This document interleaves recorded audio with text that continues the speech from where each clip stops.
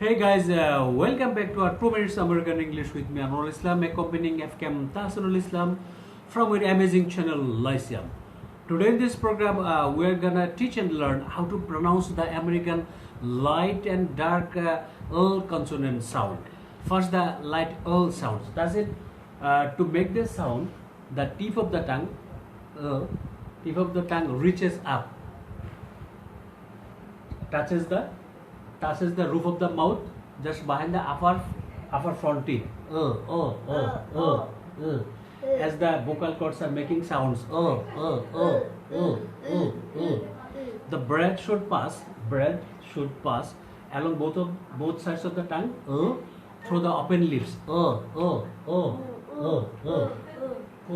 Good. And the light O comes before a vowel or diphthong in the syllable.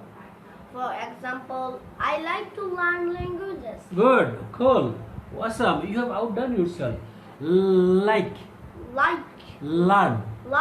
Languages. That's it. And now the dark L sound. You know, the tongue tip is in the same place as for light L.